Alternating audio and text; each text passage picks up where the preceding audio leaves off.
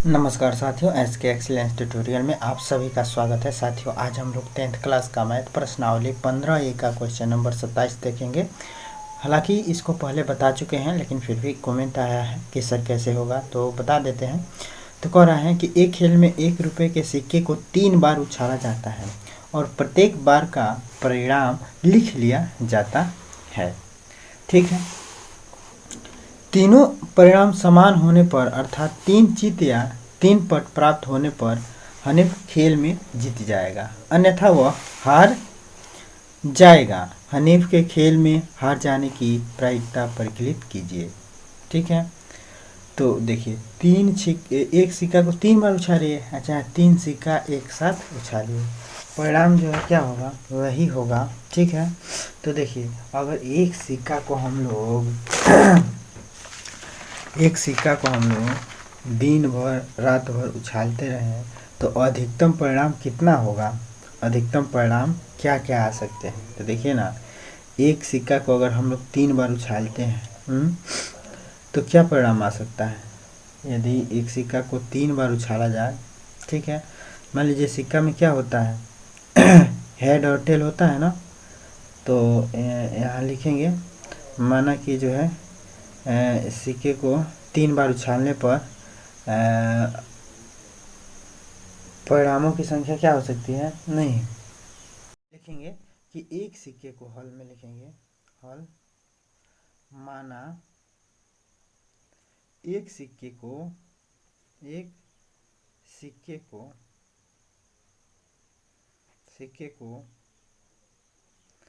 3 बार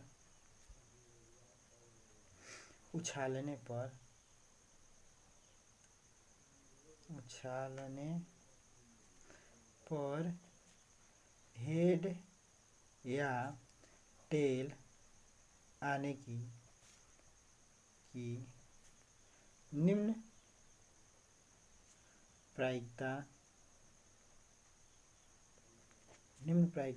हो सकता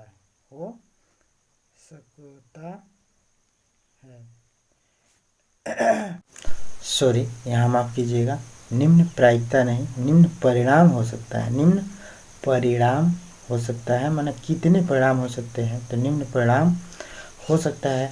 और क्या हो सकता है, मान लीजिए एक सिक्के को हमने उछाला, मैंने एक राउंड का मतलब 3 बार उछाला तो एक राउंड पूरा हुआ है, तो 3 बार उछाला तो मान लीजिए पहले राउंड में पहले 3 बार में हेड आ गया।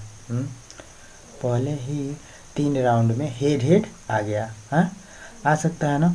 तो मान लीजिए कि मैंने एक सिक्का को 3 बार उछाला, तीनों बार हेड आ गया। ठीक है, या क्या आ सकता है, मान लीजिए कि टेल आ गया, फिर हेड आ गया, फिर टेल आ गया।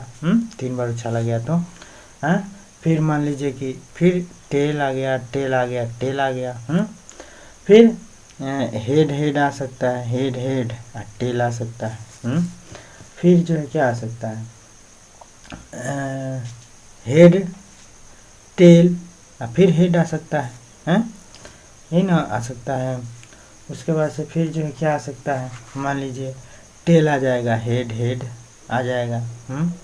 ये आ सकता है, आ सकता है ना।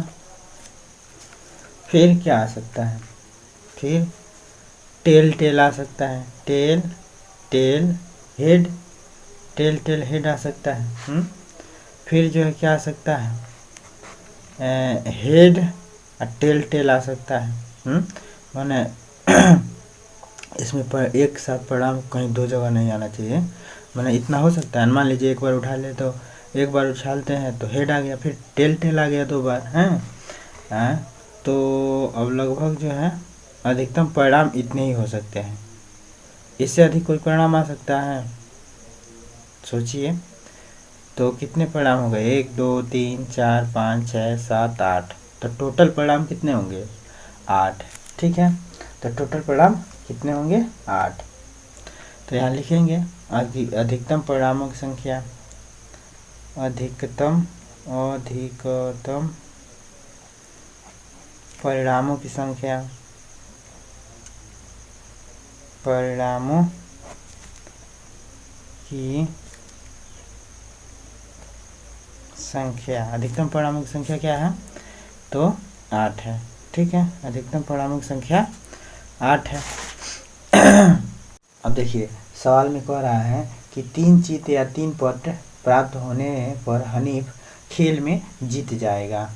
3 चित या 3 पट प्राप्त होने की, तो 3 चित या 3 पट, तो 3 चित देखिए तीनों बार चित आ गया और तीनों बार पट एक बार, मैंने 2 संभावना है, 2 बार ये खेल में जीतेगा।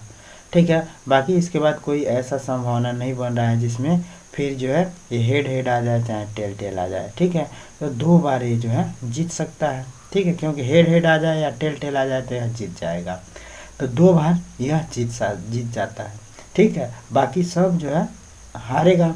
तो 8 परिणामों में से 2 बार जीतेगा तो कितने बार हारेगा? 6 बार। ठीक है, तो कह रहा है कि वह हार जाएगा। हनीफ के खेल में हार जाने की प्रायिकता प्रकलित कीजिए। तो हनीफ को खेल में हार जाने की प्रायिकता क्या होगी? तो अनुकूल परिणामों की संख्या क्या होगी? माना कि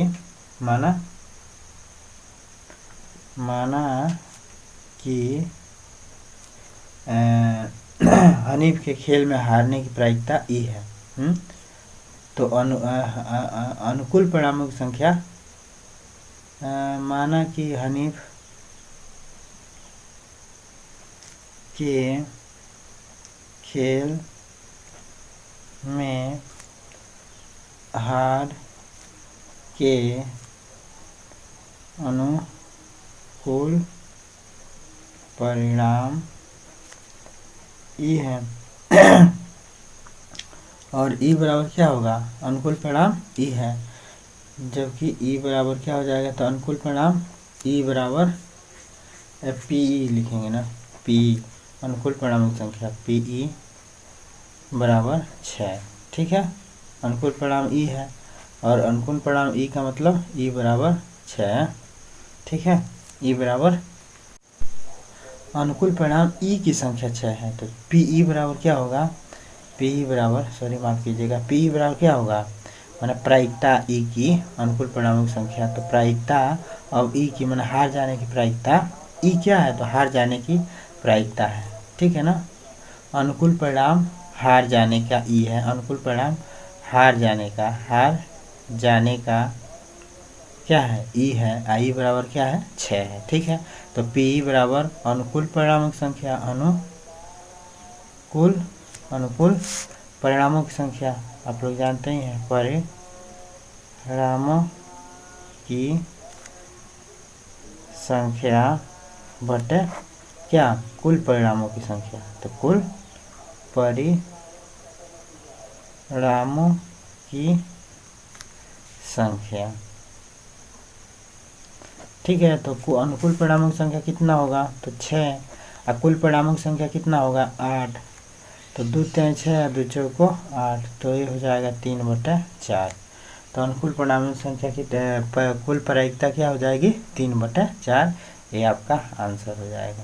ठीक है, तो इसमें कुछ है नहीं, बस आप लोगों को क्या निकालना है? अनुकूल परिणामों की संख्या निकालना है, और उसके बाद कुल परिणामों की संख्या। तो कुल परिणाम कितने आ सकते हैं? किसी भी सिक्के को ले लीजिए और इसको दिन भर या रात भर उछालते रहेंगे तो कि यही इतने ही जो है संभावित परिणाम प्राप्त हो सकते हैं, इससे अधिक संभावित परिणाम नहीं आएंगे। ठीक है, तो वह जो अधिक से अधिक बार 2 बार जो है जीतेगा। ठीक है, तो इसके हार जाने की प्रायिकता पूछ रहा है, तो हार जाने की प्रायिकता यानी कि हारने की जो है अनुकूल परिणाम कितने होंगे? 6, तो हारने का अनुकूल परिणाम 6 है, तो जो है हारने की जो है प्रायिकता क्या होगी? तो हारने की प्रायिकता हो जाएगी 6/8, तो 6/8 का मतलब 3/4। ठीक है, तो बस, तो आशा करते हैं कि ये सवाल आप लोगों को समझ में आ गया होगा, हालांकि इससे पहले बता भी चुके हैं। ठीक है, तो सवाल समझ में आता है तो चैनल को सब्सक्राइब कीजिए, लाइक कीजिए और अधिक से अधिक जो है शेयर कीजिए, और इसको कमेंट करना मत भूलिए। ठीक है ना, ज़रूर कुछ ना कुछ कमेंट कीजिए ताकि हमें भी लगे कि हाँ हम भी कुछ बता रहे हैं तो बच्चे कुछ सीख रहे हैं या किसी को सिखा रहे हैं। थैंक यू, धन्यवाद, पढ़ते रहिए, मत रहिए, खुशहाल रहिए।